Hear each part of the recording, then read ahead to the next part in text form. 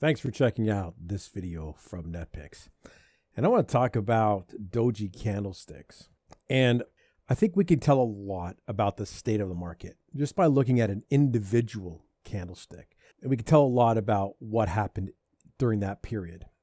When you think about engulfing candlesticks, that shows a strong one-sided battle between the bulls and the bears. Now, Doji Candlesticks, they're the exact opposite.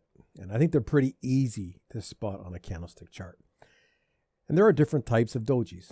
You've got ones that show a market in perfect balance. Neither the bulls or the bears are decisive winners, right? The open price, the close price are relatively equal. They don't have to be perfect. Then you have one that will show that the bulls were absolutely overwhelmed by the sellers. And then you'll get ones that have the sellers getting beat up by the bulls. Now, does a trend reversal begin, or are we just going to see a continuation of the current trend? We never know, right? We need to see some confirmation of one thing over another. But you have to understand what you are looking at when you see a doji. Now, I drew this, right? This is just an idealized example. The open and close are tight. So we have an opening price, okay? And I want to assume that price raced all the way to the upside, and we can see that by the upper shadow. So clearly buyers are in control, right? Or you have shorts unloading positions. But for this part of the period, this candlestick would have been green or white, whatever colors you are using. So price would hit a resistance level. Either sellers will step in or buyers will unload their long positions. But then we see price put in a low for the period. It'll find some type of price support, and then you get a long lower shadow as price goes back up. Right, so the cycle's repeating. Buyers will step in, bring price back to where we started. We get our closing price. So it's pretty clear that no one side won this period, right? That's why it's often called a neutral doji. From this chart here, this candle closes with the bears slightly in control at the close, right? Note the long lower shadow. And the close is actually greater than the 50% level of the candle. So it does close red. But the bulls were fairly strong on this day, right? But we still consider this a doji. Price is still showing indecision. There's really no obvious victory for the bulls or the bears here.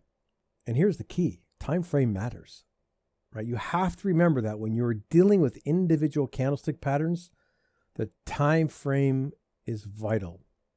So on one time frame, you would see that doji and then the green candlestick that comes after it. Well, if you just go to one time frame higher, you see the candlestick on the right. So you'd see it's got a different meaning than the doji.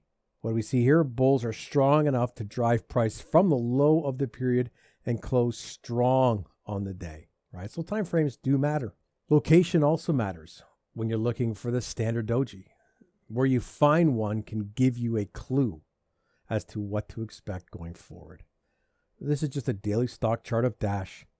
Price is in an uptrend and ran into another test of resistance level after a gap up. That's a prior resistance level. So remember, the doji just shows indecision on the part of market participants. The meaning will only become clear when we get a reversal and price breaks back down. I see that bull flag there. That indecision candle is part of the continuation pattern. Trade above the high.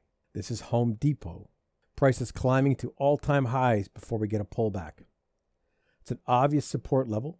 You get the formation of a doji, and then it acts as a reversal as Home Depot heads off into brand new highs. So I have to remind you before we talk about how to trade it that we're looking at indecision. Okay, so understanding that one use of the doji is just lighten up the position you have or tighten up your stop. So when you use it that way, you're using it more for information as to the state of the market as opposed to trading directly from it.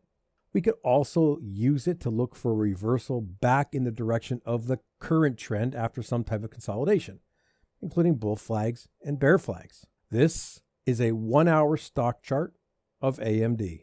Price is in an uptrend. I just put on a 20-period moving average just to define it for the viewers. We see a bull flag starts to form. Right? Participants are not weighted on one side, right? There's no strong momentum. We get another candle down, price reverses. As a trader, you can use the break of the high of the doji as a price reversal trigger. back into the uptrend. Because once that high is taken out, bulls are in charge. How do I use these? I use them as trade triggers, right? The same way as I would an inside bar.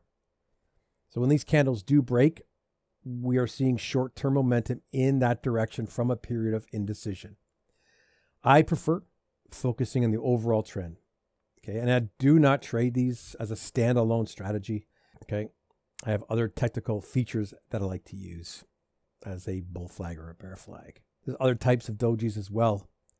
I'm going to cover the main two: Gravestone, Dragonfly. There are a few other variations of these two, but these are going to encompass all you really need to know, right? It's the concept of what we're looking at that you have to understand. The Gravestone Doji, the name's kind of fitting, right? It shows the bulls are literally dead as the period closes.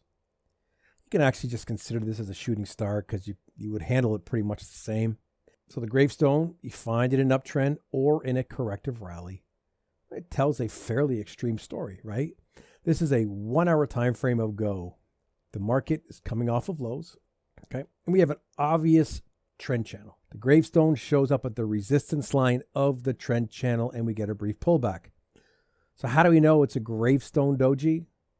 There's little or no body, right? The open close are virtually identical. Got long upper wick. So in this example here, we actually get two types of dojis. We get our neutral one that we've already discussed, and we get a Gravestone.